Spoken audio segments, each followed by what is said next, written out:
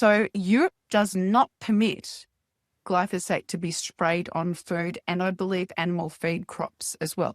But Europe has that 10 milligrams per kilogram body weight per day.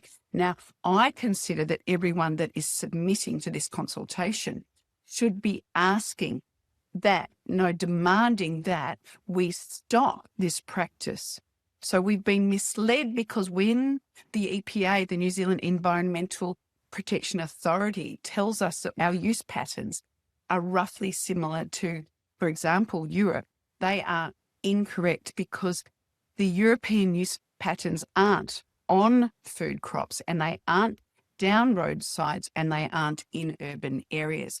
So when you look at a risk assessment, the risk assessment should look at the dietary exposures, which is of course through food and water.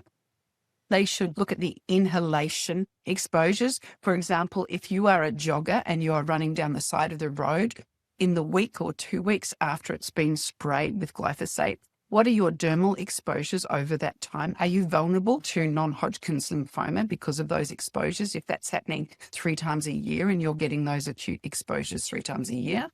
And then, of course, we've got the roadside and the urban exposures in towns.